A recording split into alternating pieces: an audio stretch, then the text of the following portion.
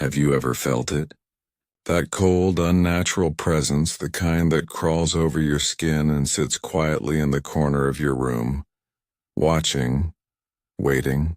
Most people dismiss it as imagination, a trick of shadows in a lonely house.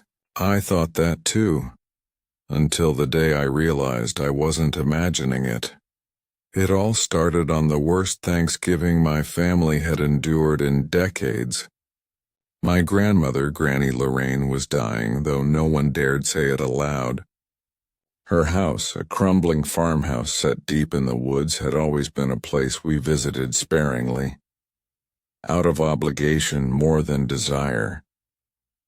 My parents, along with her children, had moved as far away as they could when they were young, and most hadn't returned since. We drove through a relentless drizzle that turned the gravel driveway into a slick, muddy track. Even at 10 years old, I noticed the tense silence that hung in the car. My father joked about how it would be worth the drive just to see if Granny Lorraine was truly gone. I remember thinking it was cruel, but part of me understood why he would say it. Growing up with her, you learned quickly that nothing you did could ever earn a smile or kind word. Every comment was a criticism, every glance a judgment. Pulling up, I recognized the cars already in the yard. Uncle Alan's battered Crown Victoria, Uncle Isaac's pickup, and Aunt Carol's gleaming SUV. We were the last to arrive. My mother, umbrella in hand, guided me through the door into the cold interior, colder than the rain outside. The air smelled faintly of disinfectant, the beeping of medical equipment, and smoke from Aunt Carol's habitual cigarette. Silence pressed down around us. At the end of the hallway, I saw her.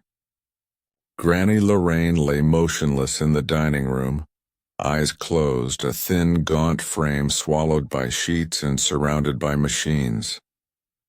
Her hair had mostly fallen out, her body shrunken in ways that made her almost unrecognizable. I felt an uneasy shiver as I approached. "Late again," she snapped suddenly, her voice sharp as a knife.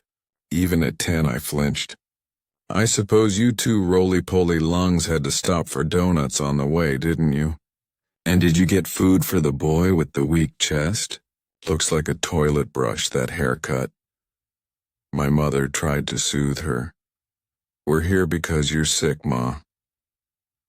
"I know why you're here," Granny Lorraine hissed, her bony hand snapping out like a claw. "A pack of vultures, all of you, waiting for the inheritance." Her eyes darted erratically around the room, following movements that weren't there. I remember thinking a dementia maybe, but it felt like something more. Then she called my name. "Where's my favorite grandson?" I froze, throat dry. As I stepped closer, her hand shot out, gripping my cheek with surprising strength.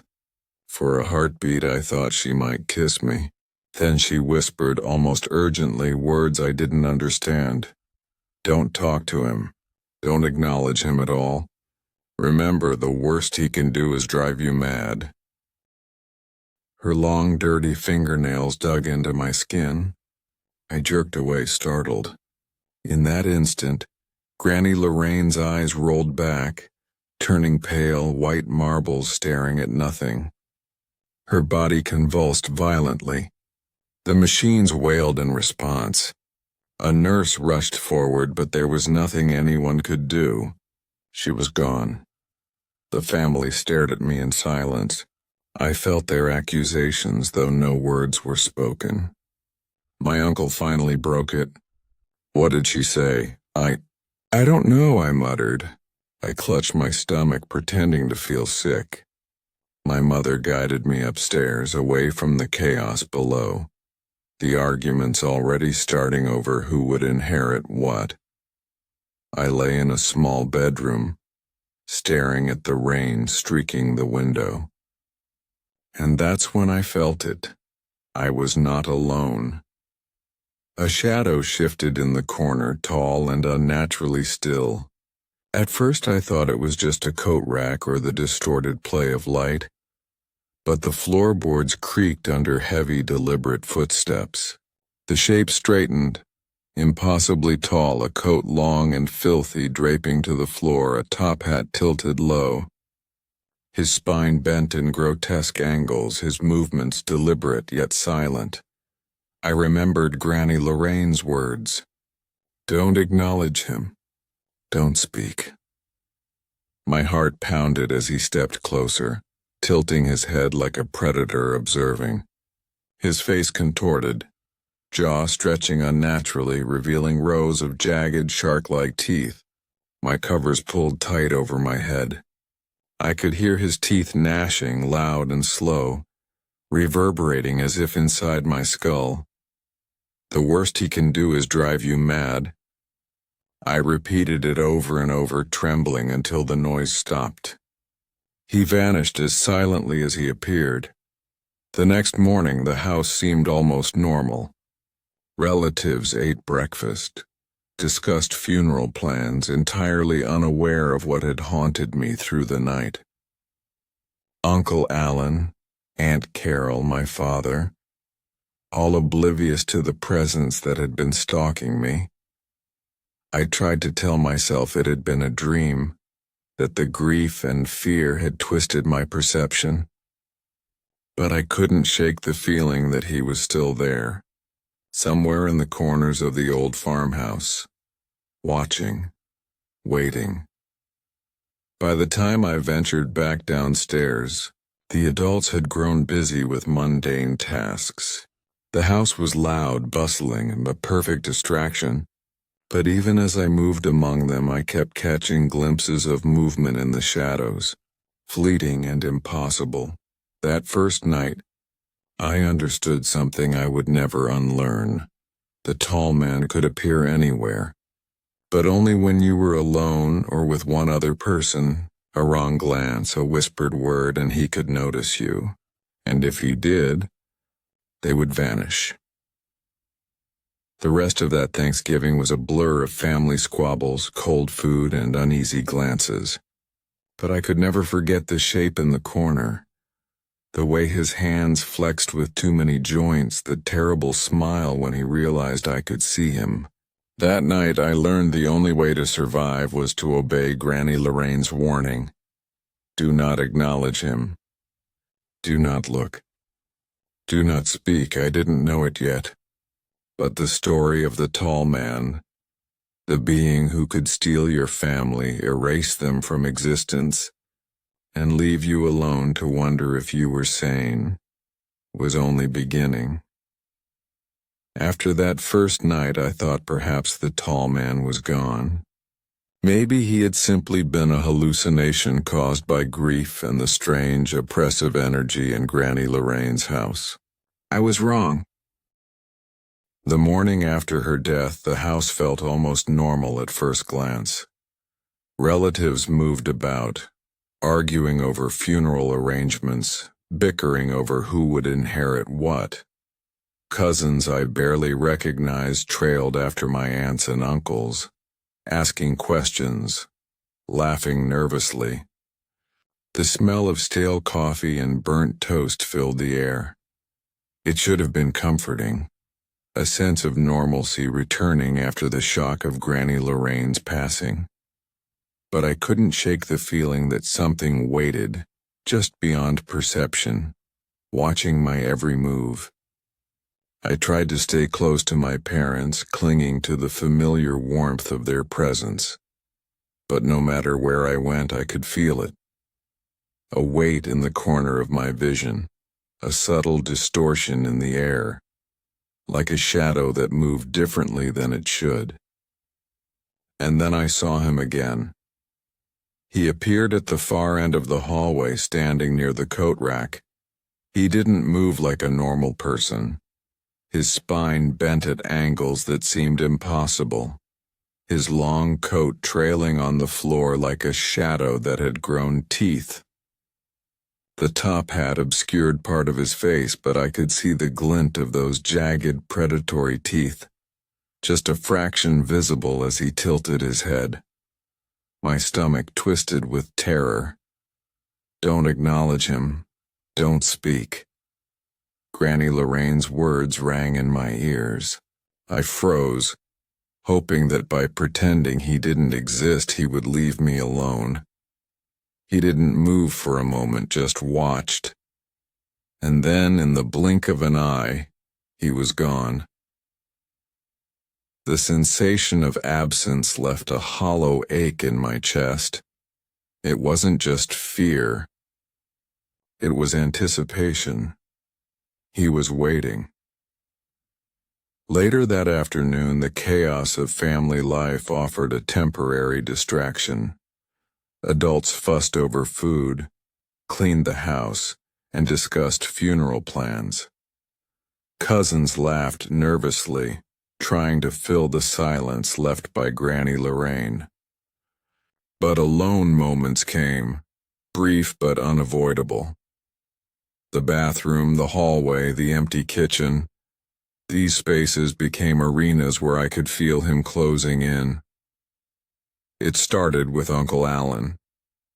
He had been drinking heavily, trying to dull the unease that even adults could sense but dared not speak of.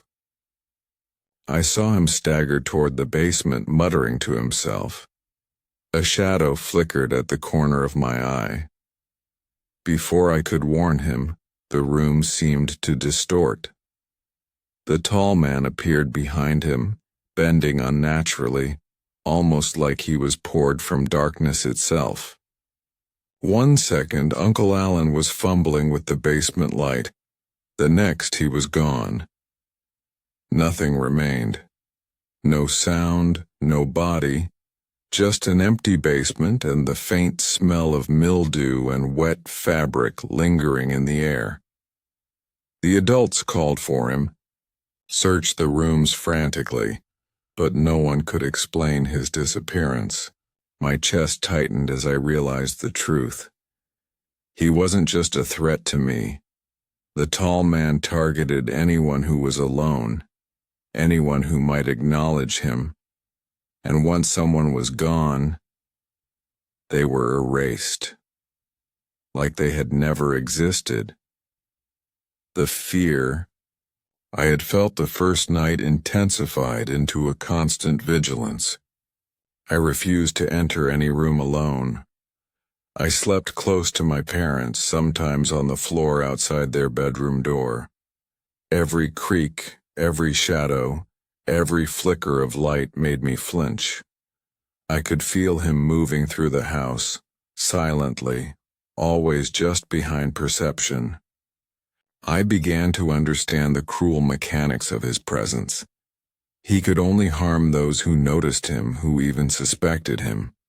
If you ignored him, he moved past, but the moment your mind acknowledged him, you became vulnerable. It was Aunt Carol who disappeared next.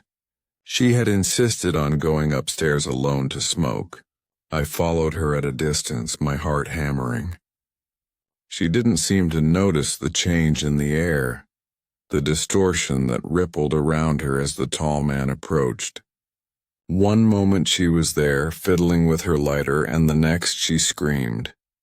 A shadow unfolded from the ceiling like a living cloak enveloping her. Her scream cut short, then nothing. Silence swallowed the space where she had been. I wanted to run, to scream, to tell my parents. But I remembered Granny Lorraine's warning.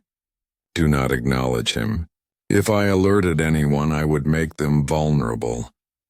And I wasn't sure they could survive even a moment in his presence. The rest of the day passed in a blur. The adults carried on as if nothing had happened, too consumed by the funeral preparations to notice that 2 family members were missing. Dinner was tense but routine, the clinking of utensils and distant laughter forming a thin barrier against the terror building in my mind. That night, I sat awake in the same bedroom as the previous night.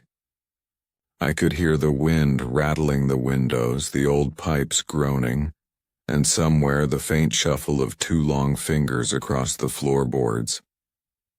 I didn't sleep. I didn't even close my eyes fully. Every sound, every movement made my body tense, ready for him to appear, and then he did. At first I saw only the shadow. He stood at the threshold, bending unnaturally to fit into the room. His top hat was low, his coat dragging across the floor in silent anticipation. He watched me, head tilting slowly, and I could make out those jagged teeth glinting faintly in the dim light. My pulse raced. My lungs burned. I recited Granny Lorraine's warning like a mantra. Don't acknowledge him. Don't speak. He moved closer, stretching impossibly, his neck elongating like a python, fingers with too many joints flexed in the air. The sound of his nails scraping against floorboards like 1,000 tiny knives. I held my breath, counting the seconds in my head, imagining the fate of Uncle Alan and Aunt Carol.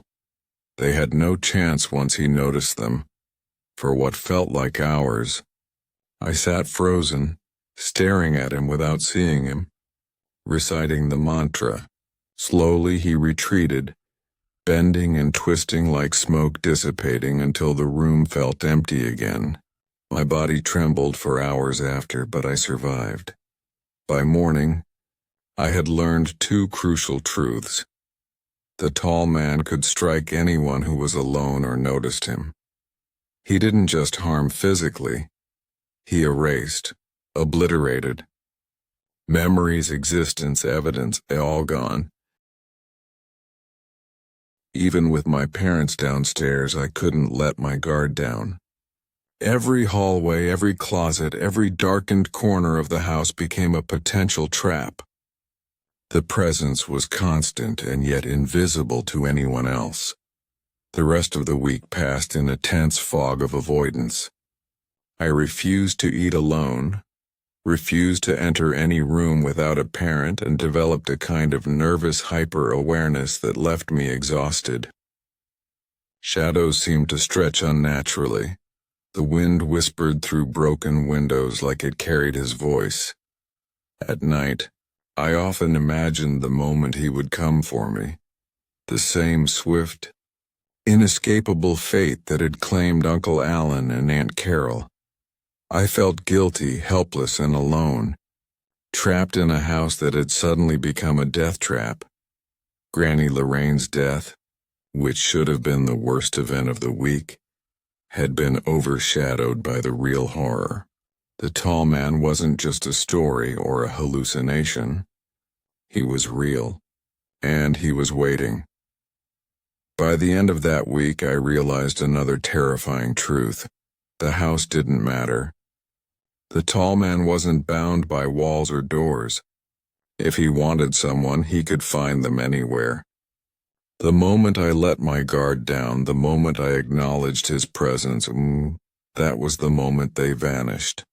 And I knew, without doubt, that eventually it would be me.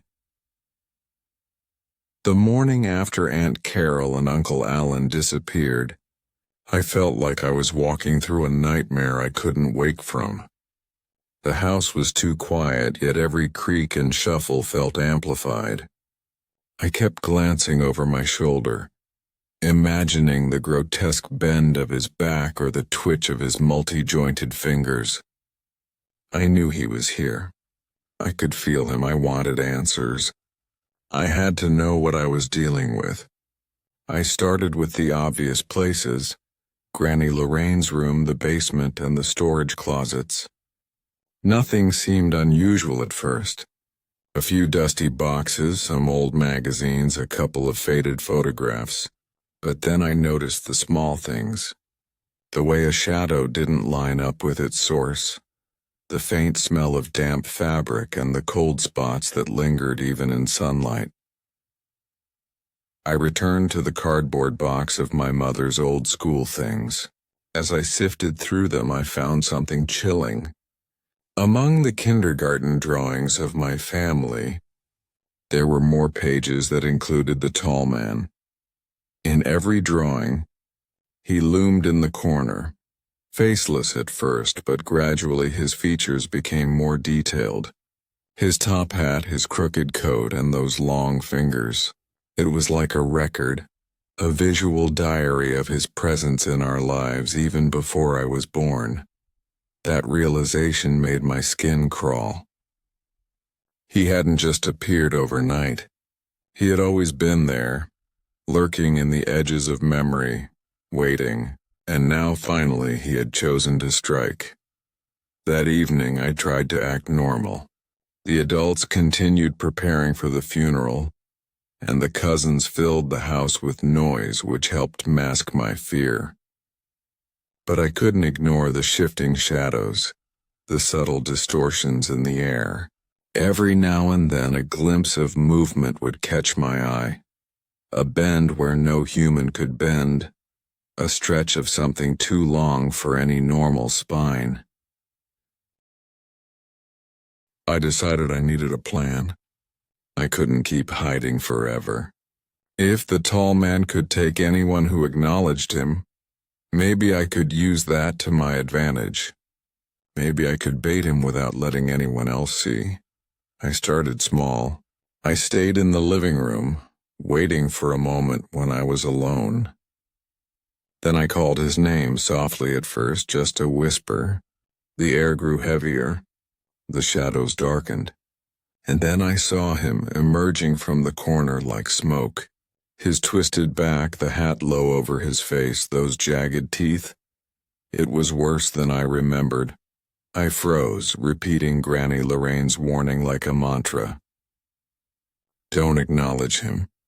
Don't speak. He tilted his head, observing me with a patience that was unnatural, almost surgical. Then he moved closer, his coat brushing the floor like a living thing, but this time I was ready. I had learned something from the drawings. He was drawn in the corners, always watching, always patient. He didn't like being seen directly, so I kept my eyes slightly averted, my focus on the space just beside him. My heart raced. My stomach was a knot of terror and determination. He reached out a finger and I could hear the sound of nails scraping wood, sharp and unnerving. I tensed, but I didn't flinch. My eyes stayed on the floor beside him. For the first time, I felt like I had control, like I could navigate the danger without being consumed by it. He retreated, slowly bending backward until he vanished, folding into the shadows like a living hole in reality. I exhaled a shaky breath, my legs trembling. But I had done it. I had seen him, tested him, and survived. The next day I found more evidence. An old journal tucked under a pile of Granny Lorraine's things chronicled her experiences with him. She wrote of strange disappearances, objects moving on their own, and the sensation of being watched. She had always known. Even as cruel as she was to the family, she had lived in fear, and somehow she had tried to warn me. The more I read, the more I understood. The tall man wasn't just a predator. He was a force, a presence tied to recognition and perception. The moment you acknowledged him, you became prey. The moment you doubted, you became invisible. But the tall man wasn't predictable. Sometimes he waited. Sometimes he struck immediately. Sometimes he seemed to vanish for hours, only to appear in the exact moment you thought you were safe. It was a test, a game, and he always had the advantage. I realized then why Granny Lorraine had been so cruel. Perhaps she had seen him before, felt the edges of his presence, and had grown bitter. Maybe her cruelty was a shield, a way to prepare her family for a reality they couldn't imagine. That night I set my trap. I would bait him without anyone else noticing. I stayed in the upstairs hallway where I had seen him before, and whispered his name just loud enough to catch his attention. The temperature dropped immediately. Shadows twisted unnaturally. The faintest movement betrayed him, and then he was there, larger than before, impossibly elongated, bending the air around him. The hat tilted, the teeth gleamed, and the long fingers flexed, anticipating the next moment. I didn't flinch. I didn't speak. I stayed just at the edge of his perception, a delicate balance of acknowledgement and avoidance. He paused, tilting his head as if considering me. And then, just as suddenly, he vanished. The hallway returned to normal. The air warmed slightly, and I realized I had survived another night. But this time I understood that surviving wasn't enough. I needed to find a way to end him, or at least protect my family. The days that followed were a blur of fear, preparation, and small victories. I learned to read the subtle signs. The distortion in shadows, the cold spots, the smell of damp fabric that heralded his arrival. I began to understand his patterns, his patience, his cruel logic. And then came the realization that changed everything. He didn't just target individuals. He fed on the family, on recognition, on memory. The more people acknowledged him, the stronger he became. And if left unchecked, he would eventually consume everyone connected to me, everyone I loved. I was just a child, 10 years old, facing a force I could barely comprehend. But I knew one thing: I couldn't let him win. I had to survive. I had to protect the one still alive. And I had to understand him, or at least learn enough to keep him at bay. The tall man wasn't just a threat. He was a presence that rewrote reality around him. He was patience made flesh, waiting for the smallest acknowledgement to strike. And he had chosen my family as his prey. That realization was terrifying, but it also gave me purpose. I would study him. I would watch him. I would survive. And maybe, just maybe, I could learn how to fight back. The night settled over Granny Lorraine's farmhouse like a suffocating blanket. Rain tapped insistently against the windows, and the wind howled through the gaps in the old wooden walls. Every creak and groan of the house sounded amplified, echoing in the dark like warnings. I didn't sleep. I couldn't. Every shadow seemed to twist. Every gust of wind sounded like footsteps just beyond my door. I had learned to keep my eyes just slightly off, to avoid direct acknowledgement, but tonight I knew he was testing me. I could feel him, a presence in the corner of my vision, a distortion in the air that made the hair on my arms stand on end. I whispered to myself, trying to calm the panic rising in my chest. Don't acknowledge him. Don't speak. But it was impossible to ignore the subtle movements now. A shadow stretched across the hallway, bending unnaturally, flickering against the wall. I froze, my stomach turned to ice. And then he was there, taller than I had imagined, his back arching like a grotesque bridge, the top hat low over his face, the jagged teeth glinting as he tilted his head. His fingers flexed, unnaturally long, curling like tree branches. I knew I had to act. The adults were all downstairs, oblivious. Uncle Isaac had vanished weeks ago, Aunt Carol too. It was just me now. I had learned from the drawings, from Granny Lorraine's cryptic warnings, from the journal I had found. He thrived on recognition, on fear, but if I could bait him, perhaps I could survive. Perhaps even protect the family members still in the house. I grabbed a flashlight from the hallway table. Its weak beam barely cut through the darkness, but it was enough to create a distraction. I flicked it toward the corner where his shadow lingered. He moved instantly, drawn to the light, twisting his neck impossibly, craning toward the beam as though it pained him. That gave me a small sick thrill. I had control, just a little. I edged toward the stairs, careful to stay out of his line of sight. The house groaned beneath my feet, but somehow he didn't strike. Maybe he was curious, maybe he was testing. I couldn't risk thinking too much. Any hesitation might cost me. Halfway down the stairs I heard it, a whisper, raspy, low, almost inside my skull. "Why do you hide, child?" My pulse jumped, but I forced myself to keep moving. I could see the kitchen below, a dim glow from the refrigerator casting shadows on the walls. My parents were there, sipping coffee, oblivious to the horror waiting just above them. Then he appeared, from nowhere, bending from ceiling to floor in a fluid, unnatural motion. His face was grotesque, warped, but human enough to make it worse. Green-tinged skin, hollow eyes that seemed to swallow light, a mouth full of jagged teeth. He reached for me. I froze.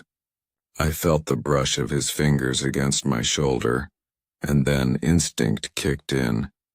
I shouted, "Leave them alone!" For a moment, time seemed to freeze. His head tilted, the teeth glinting.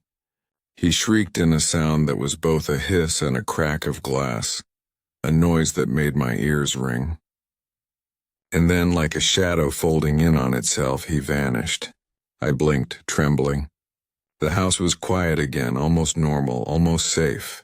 But I knew better. I ran upstairs, locking the door behind me. My hands shook as I searched Granny Lorraine's room for anything that might give me a clue. And then I found it. An old wooden box tucked beneath her bed. Inside were letters, photographs, and drawings that chronicled the tall man's presence across generations. Each page showed him in the corner of family scenes, never fully acknowledged, always watching, always waiting. One photograph made my stomach churn. My mother, younger, standing with her siblings in the front yard, and in the corner, barely visible, a shadow, the unmistakable silhouette of the tall man, his coat brushing the grass, his hat tipped low. He had been there all along. He had been watching our family for decades, feeding on recognition, patience, and fear. The night dragged on. I stayed in that room, flashlight in hand, notebook by my side, documenting every sound, every movement. I whispered strategies to myself, trying to find patterns, to learn his rules. The more I watched, the more I realized he wasn't just a predator. He was a force of inevitability. He could be anywhere, anytime, waiting for the slightest lapse in vigilance. Morning came, gray and heavy with rain, but the tall man had not left. He lingered in the corners of my vision, a reminder of the night's terror. I knew I had survived, but the cost was heavy. Fear etched into my muscles, my mind constantly on edge. And then came the phone call. Uncle Isaac's voice, faint and distorted, trembling. You have to understand. He's everywhere." The line went dead. I realized then that the tall man was not just confined to Granny Lorraine's house. He had followed us. He had infiltrated our lives, weaving himself into the fabric of memory and perception, and now there was no escape. I looked at my parents, unaware, and I felt the weight of responsibility settle on my shoulders. I couldn't tell them. They wouldn't believe me. The only way to survive was to keep the rules, to stay vigilant, to protect myself and anyone I could. The tall man would return. I knew it, and next time I wouldn't be alone. I had to learn to understand, to anticipate. Because he was patient, he was cruel, and he would never stop. Night had fallen again over the farmhouse, heavier than before. The rain had stopped, but the wind still groaned through the old warped beams. I could feel it, that impossible presence. He wasn't hiding this time. He was watching, waiting, patient as ever. I could hear the faint scrape of his boots across the hardwood floor, a sound that made my stomach lurch. I gripped the flashlight and my notebook tightly, my body trembling, but my mind focused. I couldn't let him take anyone else. I couldn't let Uncle Isaac or Aunt Carol's fate repeat. I had to fight, or at least survive long enough to protect the rest of the family. I crept through the dark hallways, whispering strategies to myself. I remembered Granny Lorraine's words. The worst he can do is drive you mad. I needed to keep my wits. I couldn't scream, couldn't flinch, couldn't acknowledge him more than necessary. And then I saw him. Taller than the ceiling, bending the air around him like he didn't belong in three-dimensional space, his hat low, his teeth jagged, his fingers curling in anticipation. He tilted his head as though he could smell fear. I forced myself to stay calm. I remembered the drawings, the letters, the photographs. Each time someone had acknowledged him directly, he had struck. But when attention wavered, he hesitated. That was my chance.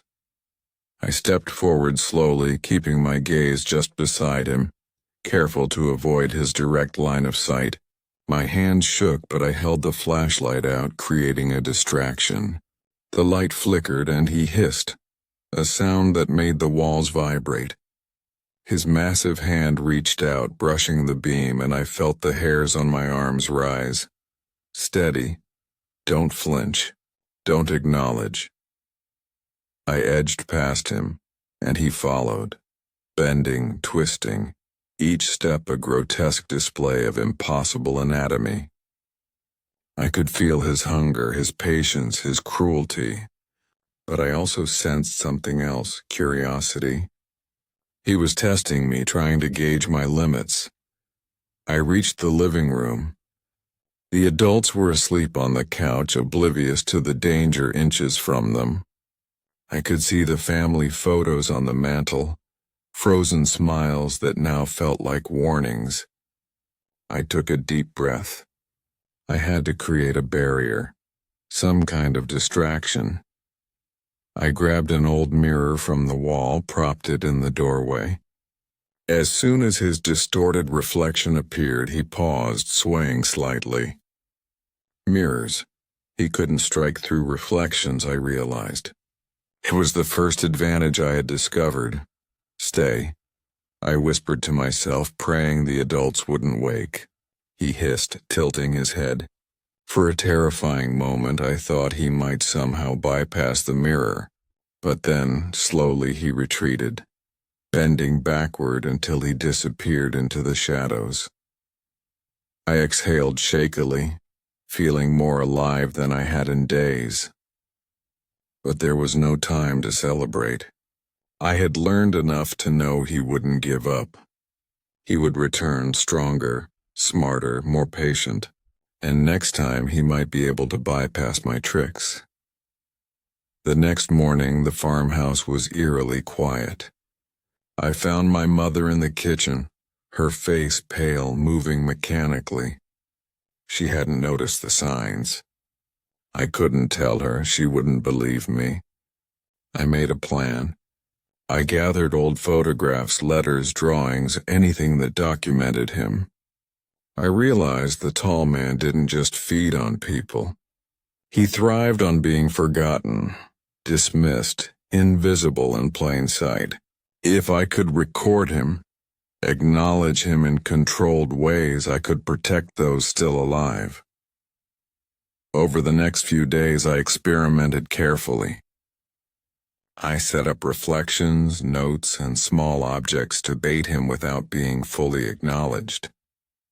He appeared less often, retreating when he realized I wasn't fully reacting. I was learning, adapting, but the final confrontation came unexpectedly. It was evening, and I was alone in the upstairs hallway.